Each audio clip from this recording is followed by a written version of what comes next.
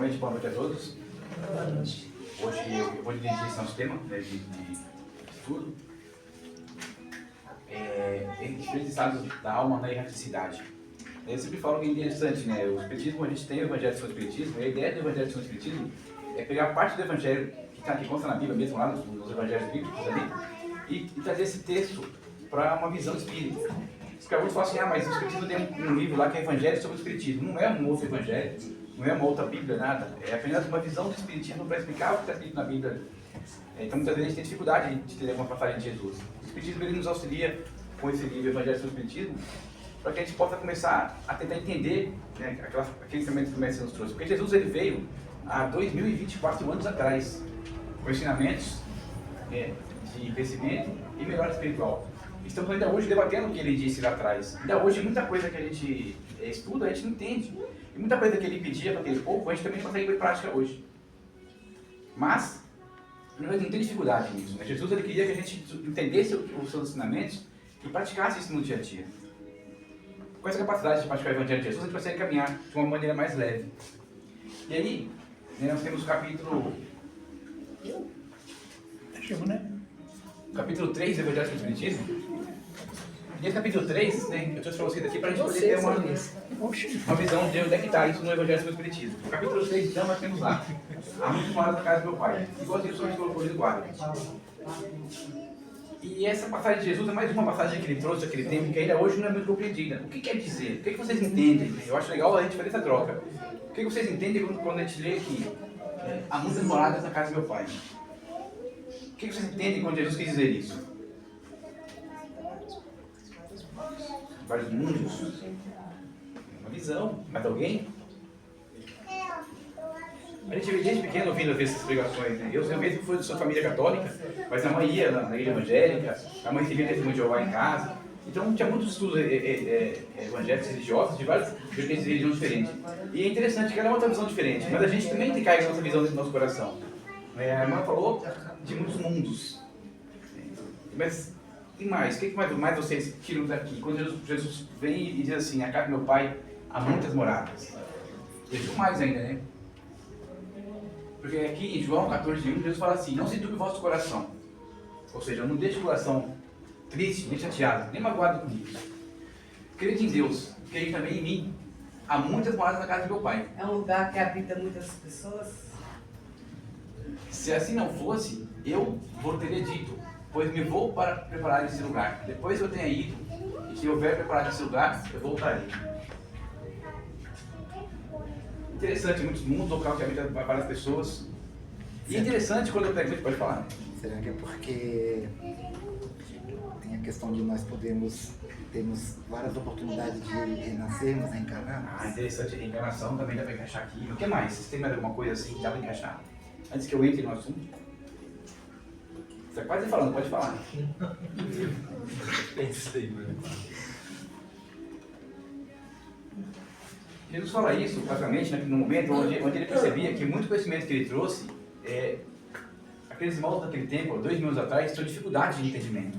Porque Jesus só falou naquele tempo de amar ao próximo, de respeitar o semelhante, de falar com Deus, de orar para Deus dentro do nosso coração.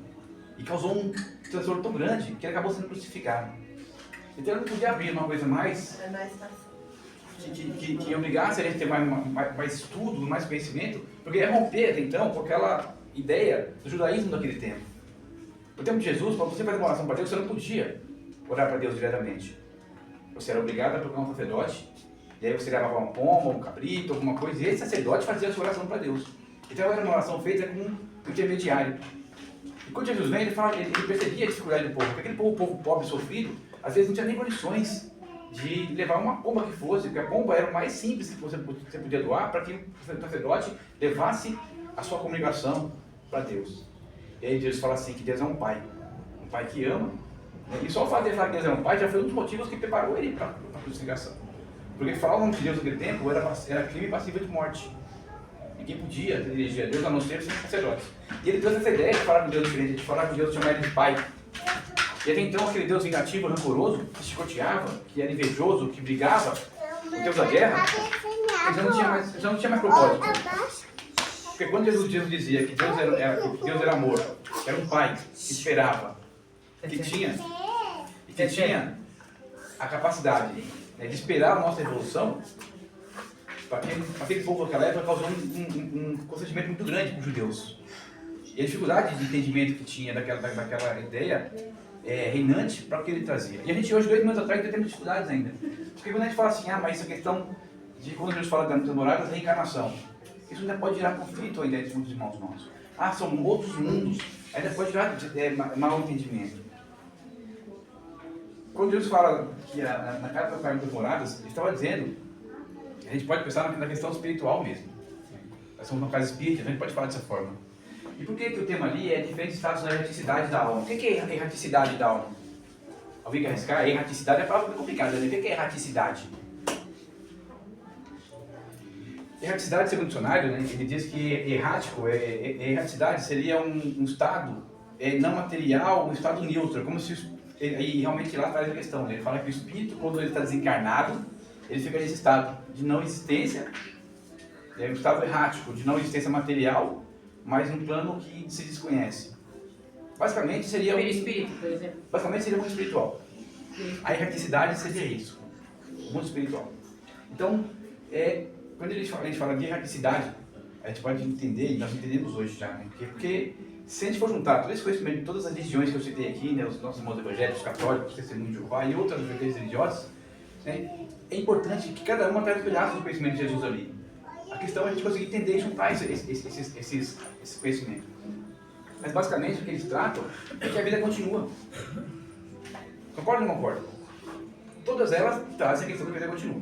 Eu posso ser um evangélico mais duro de aceitar outras visões religiosas, mas eu também acredito que a vida continua. Porque eu vou falar assim, quando a gente morre, né, se a gente vai desencarnar na coisa espírita, quando a gente morre, o nosso espírito ele vai ficar num local, né, para algumas vertentes religiosas, né, dentro da questão dos evangélicos, alguns acreditam que o espírito fica dormindo, num sono eterno, esperando o julgamento.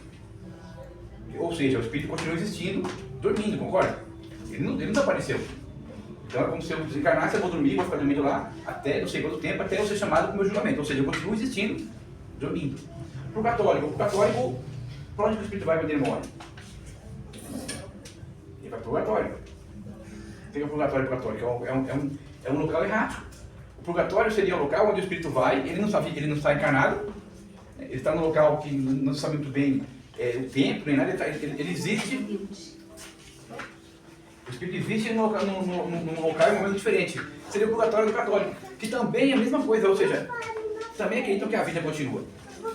Então o evangélico acredita que a vida continua, o católico também acredita que a vida continua. Nossos irmãos testemunhos de Jeová, que eles falam, né, que quando a gente desencarna, a gente vai, se a gente for merecedor, após o julgamento, nós vamos para aquele mundo de deleite, vamos para o paraíso, um local bonito, florido, ou seja, a vida continua novamente para esses irmãos também.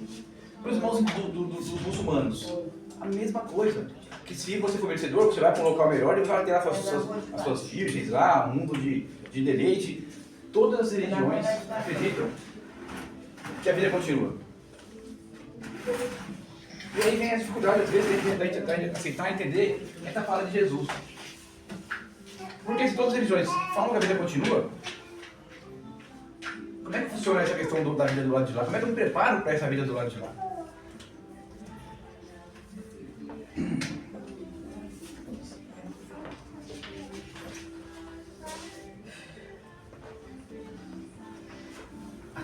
A casa do Pai é o universo.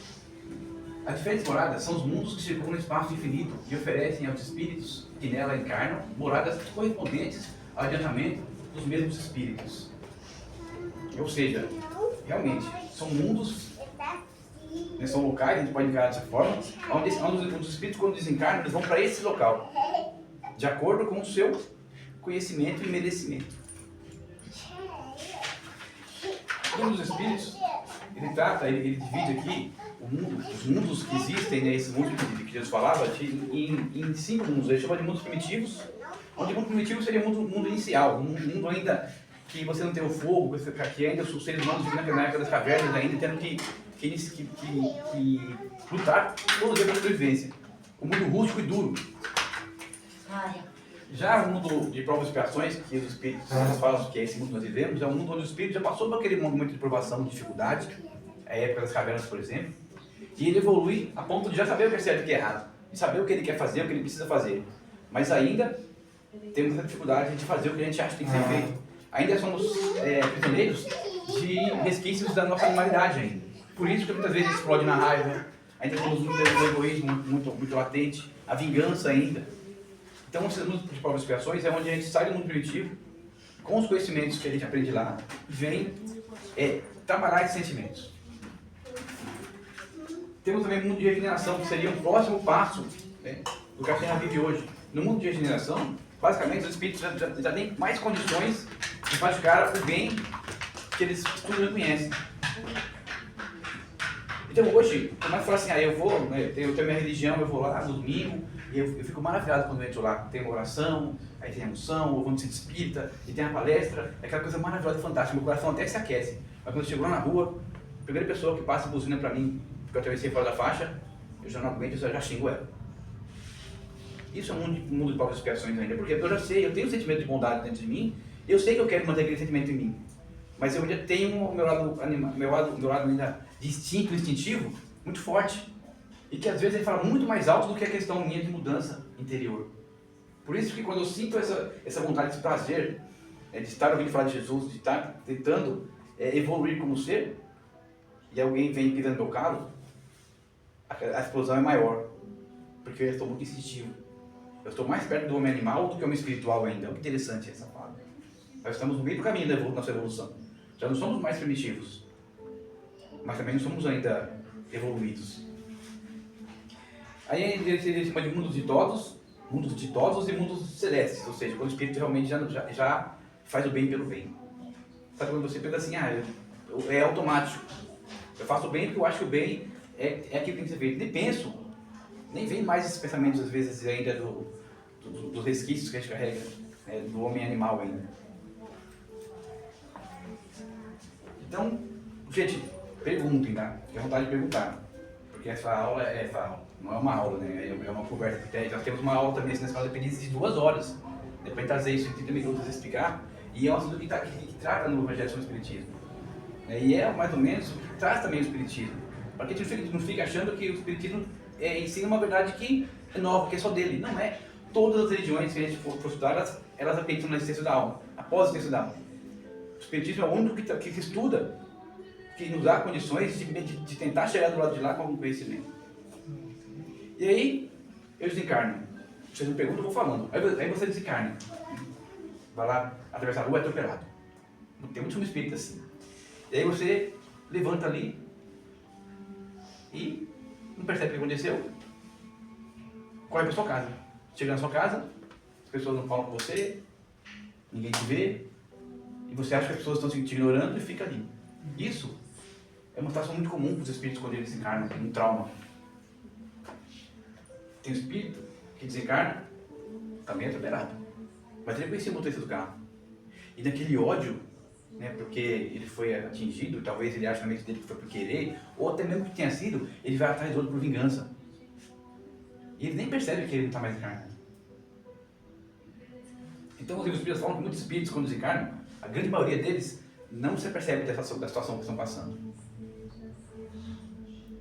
E por que eu falo isso? Por causa da questão, né, da vivência desse mundo espiritual. Como é que evolui do lado de lá? É possível eu evoluir no mundo espiritual? Vocês acham que é possível? É possível, sim. Mas, aqui outros livros dos espíritos, tá? Aqui é uma questão que tem no livro dos espíritos. E, novamente, no livro dos espíritos, o Evangelho segundo o Espiritismo é esse livro que a gente está estudando aqui hoje. O Evangelho segundo o Espiritismo, ele trata de questões da Bíblia e dentro dessas questões ele trata da visão do Espiritismo.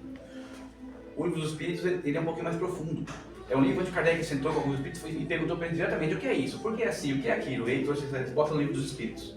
Então são respostas mais diretas, que nos faz pensar um pouco. E aí tem a questão aqui, 230. Tá? Está no livro dos espíritos. E como é que é a pergunta? O espírito progride no estado errante, ou seja, o espírito ele evolui, progride, desencarnado?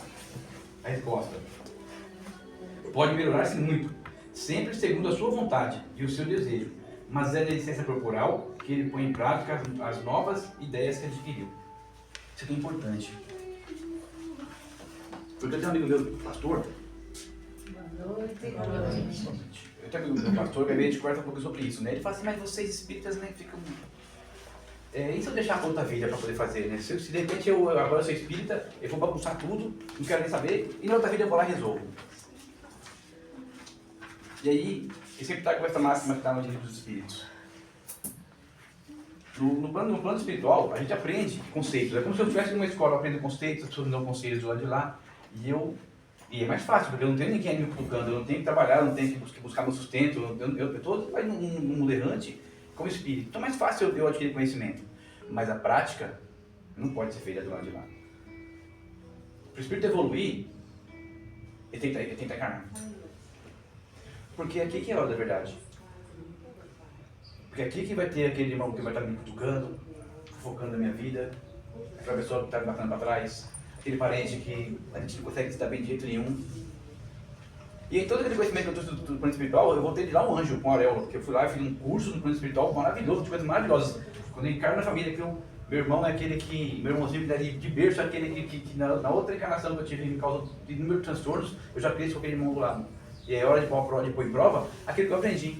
E se encarnado e conseguir evoluir, aí sim. Vou fazer uma pergunta. Então, todo mundo vai encarnar? Todo mundo reencarna. Todo mundo. Por quê? Porque Deus é justo. Por que você seria julgado e condenado por uma existência única, se muitas vezes, de repente, a situação daquela vida que você teve não te deu condições de ser diferente? Digamos que você nasça num local onde o país está em guerra, por exemplo. Você nasce num local em guerra, onde sua família, por algum motivo, já faleceu na guerra ali, aquela monstruosidade todo ao seu redor, e você tem a opção ali de se tornar diferente daquilo. Talvez com 7 anos você seja obrigado a pegar uma arma. Talvez com 10 anos você seja um guerrilheiro que já matou várias pessoas. E aí como é que você pode, como é que Deus, na sua bondade infinita e misericórdia, poderia falar assim, não, você está condenado eternamente, porque na terra você só fez maldade.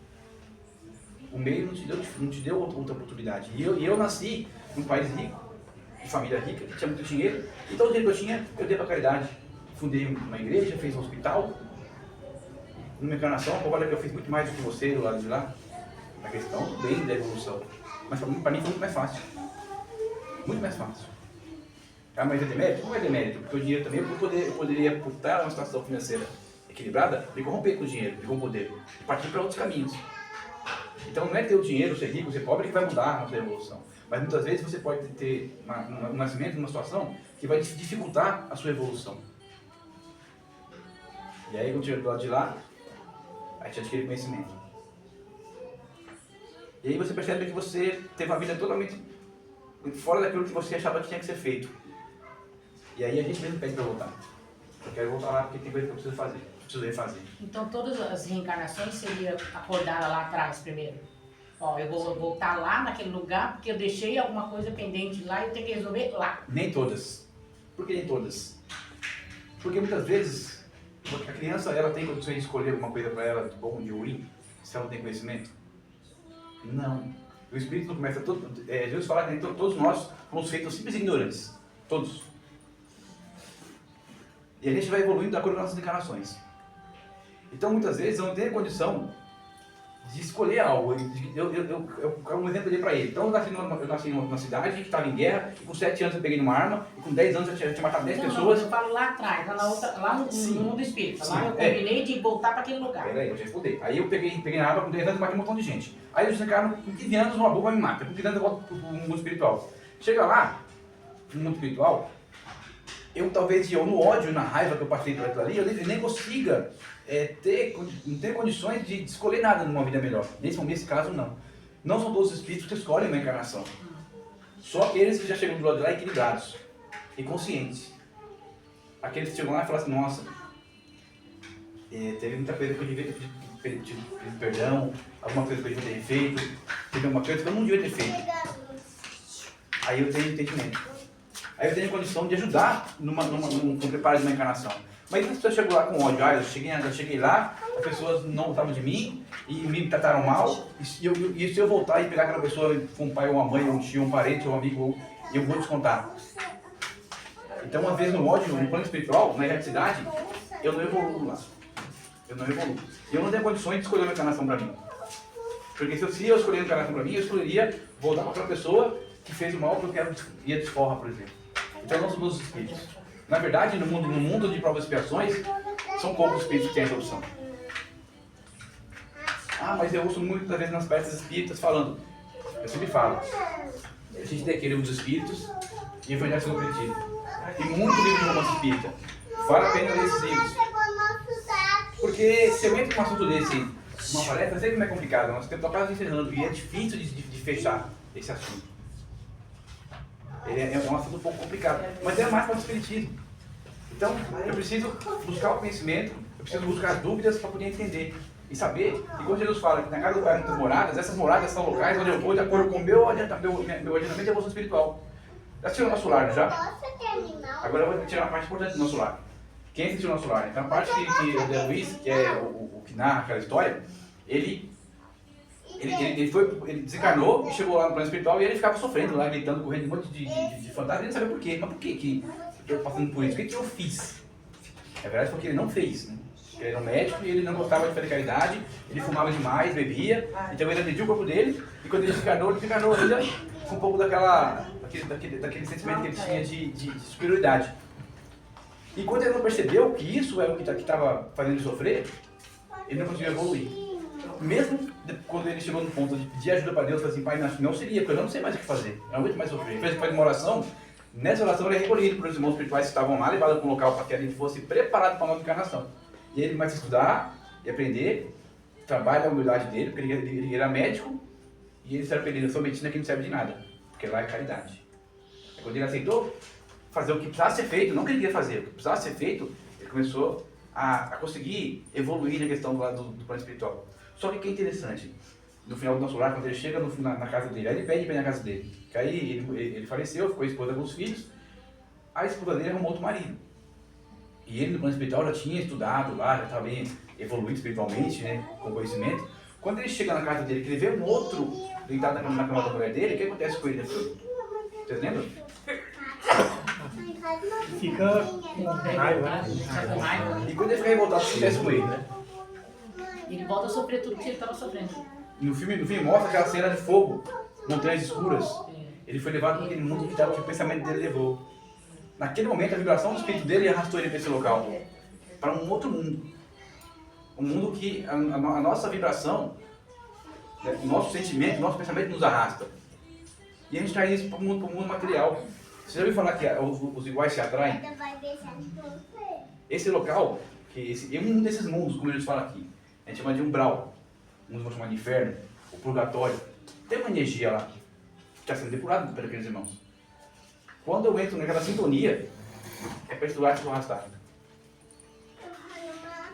E mais complicado, né? Isso não acontece só com a gente desencarnado. Isso acontece com a gente encarnado também. Com quem? Com a gente encarnado. Desencarnado também. Com o encarnado. Mas não dessa forma de eu ir para um local de fogo, de sofrimento, mas internamente. Muitas vezes eu acordo e olho para aquele sol maravilhoso de verão, né? E falo, nossa, que dia bonito, os pássaros cantando, que maravilha, hoje vai ser um dia maravilhoso. Aí meu vizinho acorda e fala, nossa, que dia ruim, vai ser um calor hoje, esse passarinho faz barulho, enchendo o saco. Aí outro vizinho fala assim, nossa, parece que vai chover. Cada um de nós tem uma percepção do mundo diferente, não tem? O que faz essa percepção do mundo minha mudar? Para, José. Aí a pergunta dessa noite de hoje. O que faz essa percepção minha de mundo mudar? Por que uma acorda achando o dia bonito, maravilhoso no sol, o outro acha o dia ruim, calor demais, o outro reclama que tem que trabalhar, enquanto tem muita gente desempregada? Para. O que faz essa percepção de de mundo mudar? Porque eu que escolho o mundo que eu estou, mesmo encarnado. E é um mundo mental. Quando eu desencarnar, não tem mais o corpo. Aí minha mente vai para esse local. Os iguais se atraem. Eu sou os opostos, não, sou os iguais que se atraem. Os afins, né? Materialmente também. Se eu sou uma pessoa que bebe, eu vou andar com quem? Com quem não bebe? Se eu sou uma pessoa que sai à noite para farra, eu vou andar com quem? Se eu uso droga, eu vou andar com quem? Então, materialmente já é assim. Os iguais se atraem, não são os opostos. E aí fica essa pergunta para vocês. O que faz eu mudar esse meu estado de espírito? Porque é o estado de espírito. Quando Jesus fala da casa do Pai muitas moradas, eu também posso fazer para esse sentido. Encarnado, essas moradas é no estado de espírito. Tem gente que às vezes ele tem um sintoma ali, vai no médico, o médico está com câncer. E a pessoa tem duas opções ali. Ou ela se entrega e morre depois de uma semana, ou ela luta. Ela tá bom. Eu vou fazer o melhor possível, eu vou pegar a ciência, eu vou buscar uma vida diferente e vou lutar. É o livre-arbítrio, então, você escolhe. E já é provado que quando a gente quer, acontece. Porque Jesus dizia, gente, uma coisa fantástica, eu sempre falo, Jesus dizia, vós, sou Luiz, você, vós sois deuses. Vocês podem fazer o que eu faço e muito mais. Ele disse isso. Basta que a gente tenha o quê? Fé. Fé. E fé é o quê? É acreditar que eu posso, que é possível. É o que falta pra gente ainda. Porque nós estamos ainda mais perto do homem animal. Então eu até acredito de vez em quando. Eu acredito, estou acreditando. Eu tenho fé, mas é uma fé bem pequenininha, porque eu ainda sou muito reativo. Quando acontece, eu devolvo. Então, me bateu, eu devolvo. Aí quando eu começo a evoluir, me bateu, eu levanto a mão. Ó, já evolui bastante, eu bati, agora eu não bato mais. Vou levantar a mão, assim, meu instinto ainda. E eu vou estudando, eu vou evoluir. Aí me bateu, eu só penso em devolver, mas não faço mais nada. Mas olha a evolução que já tem. Tem um que bate, tem um que levanta a mão, tem um que pensa. E aí como é que faz aquele mundo que eu falei, que é o mundo do já, daquele que devolvido? Me bateu, eu faço uma oração. Estamos longe disso ainda, não estamos? Muito longe disso ainda. Nós estamos mais perto daquele que bateu, eu seguro minha mão ali, eu faço uma oração. O que é isso? Isso aí é nosso lado instintivo. Essas são as moradas que Jesus falou. A morada espiritual nossa, sem matéria, nós vamos para esse local atrás do nosso pensamento. Se eu sou vingativo, rancoroso, quando eu desencarnar, eu vou para o local onde tem esses irmãos. E todos os livros espíritas e os filmes espíritas tratam isso. No plano espiritual há várias hordas que eles chamam lá. Tem aqueles espíritos ligados ao sexo, aqueles espíritos que fazem guerra, aqueles espíritos que sabem, ligados ao pensamento. A gente faz isso também encarnado, só que nosso corpo ele funciona como se fosse uma esponja que ainda nos auxilia um pouco na questão de ter essas energias tão fortes assim, mas sem o corpo não, é só o mental. Então o que faz aquela pessoa que desperta cedo, ver o passarinho cantando, ver o sol nascendo e fazer uma oração para Deus, porque ele está mais um dia vivo, e aquele espírito que acorda e fala, nossa, vai ser mau calor, não sei nem que corpo eu saio, esse passarinho maldito cantou a noite inteira, e eu vou ter que pegar o trem lotado para trabalhar. É só nosso pensamento, nosso livre-arbítrio de escolha. Que mundo eu quero viver hoje? Que mundo eu escolho viver hoje? Qual dessas moradas que eu quero viver, Jesus fala? A do equilíbrio, do desequilíbrio, da raiva, do ódio, do amor, da paciência, da paz? Tem sentido isso? Não sei se você está percebendo, quando você inicia seu dia, dependendo de como é que começou o seu dia, o dia inteiro vai ser assim. Se eu comecei estressado, você vai ter o dia inteiro estressado. Nossa, hoje eu acordei, já, a cabeça cheia, cheguei no trem, vi aquela irmã que vinha falando aquelas coisas que eu não queria falar com ela. Cheguei no serviço, o ônibus quebrou, cheguei atrasado, o chefe veio, me xingou também. Na hora do almoço, minha marmita azedou, tudo estava dentro da marmita. E é o dia inteiro. Tudo deu errado. Porque eu comecei o dia assim, com o meu pensamento. E eu atraí isso pra mim. E é duro pensar assim. É duro pensar que Jesus disse para nós, vós sois deuses, podeis fazer o ofício e muito mais. Ou seja, a gente pode mudar sim nosso estado de espírito. Ainda oscilamos. Ainda oscilamos. Oscilamos demais, inclusive. Mas quando eu busco, às vezes, um psicólogo, quando eu busco uma terapia, quando eu busco hoje esses profissionais que auxiliam, né, no nosso crescimento pessoal, basicamente, quais são os exercícios que eles pedem para a gente fazer? Mentalize coisa boa, fale coisa boa, escreva coisas boas no papel. Ah, mas eu tenho tanta dificuldade, eu odeio tanto, eu tenho tanta raiva.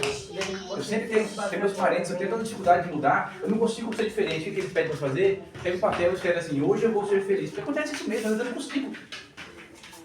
Eu posso estar desempregado, às vezes, desempregado sem dinheiro, quase sendo despejado, mas eu vou acordar um passarinho cantando, que maravilha, que alegria. A gente não consegue fazer isso ainda. Porque eu vou estar naquele mundo complicado que eu vou ser arrastado pela situação. Mas eu preciso mudar meu pensamento. Porque senão chega uma entrevista, como?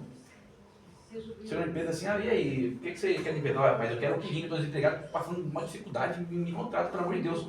Não adianta, não é assim que vai acontecer, eu preciso estar equilibrado. Você vê? Isso materialmente. Espiritualmente eu não tenho mais a matéria, é pensamento. Espiritualmente é complicado, espiritualmente quando você pensa, você está lá. É o caso do André Luiz, nosso lar. Quando ele viu o homem na cama da mulher dele, por mais que ele estivesse lá, evoluiu, escreveu um livro, o Espírito de Luz. Quando ele viu o outro não incomodando para ele, o que aconteceu com ele? E por que aconteceu aquilo com ele? Porque ainda mesmo no plano espiritual, evoluindo, ele estava mais perto do homem ainda animal, instintivo. Quando ele viu o outro, veio o ciúme. E na hora que veio o ciúme, ele foi arrastado para um local onde essas pessoas que têm essa energia, porque aí é energia, não tem mais corpo. O corpo é uma esponja para quem está encarnado. Ele foi levado para esse local. E lá nesse local ele viu de novo o fogo, viu do sofrimento, viu gente gemendo, mas aí o que aconteceu com ele também nessa hora? Ele lembrou de todo o ensinamento que ele teve. Aí ele parou ali, fez uma oração interna, perdoou, e aí voltou para aquele local da casa onde estava aquele senhor, que estava doente. Ainda ofereceu água. Ofereceu uma água que ele pediu para fazer uma oração naquela água que era preparada para aquela doença que ele tinha, e auxiliou aquele homem a se recuperar para cuidar da família dele. Então são coisas para a gente pensar. Para encerrar, então fica isso. Que mundo eu escolho viver? Da tristeza, do sofrimento, da raiva, da revolta? É um exemplo que a gente pode trazer, né? A gente está vendo no jornal, a gente sempre está vendo essas coisas, né? Um rapaz que estava com um carro e o motoqueiro foi lá e chutou o retrovisor dele. E aí ele escolheu a revolta. Eu nem digo dele de matar, ele escolheu a revolta, porque ele assumiu o que foi acontecer na raiva. E aquela explosão, ligado ao que? Ainda aquele resquício animalístico ainda. Por mais que o outro tenha feito, digamos que o outro tenha vindo realmente chutado, porque acontece muito isso, né? Chutou o retrovisor da pessoa, que ainda é um ser que também tem suas dificuldades. Mas aquele do carro, ele escolheu colocar toda a vida dele numa situação complicada, dentro da família, porque agora ele pode ficar preso, ele pode ser condenado, ele pode ficar anos preso por um momento de ódio, de raiva. E se talvez ele tivesse parado 2 minutinhos aí para pensar, o que tivesse acontecido? Quem está com raiva não pensa. Nós também somos assim, nós somos. É automático, vem aquela raiva e aí vem a reação. Depois vem o arrependimento. Aí depois que você vai pensar, né? Pois é.